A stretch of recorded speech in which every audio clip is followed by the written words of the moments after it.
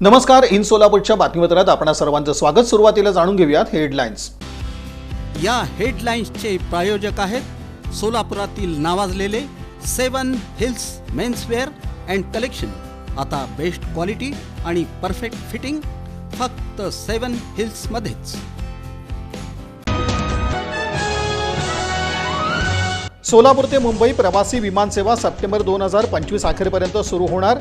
DGCA यांच्याकडून star एअरला परवानगी मिळाल्यानं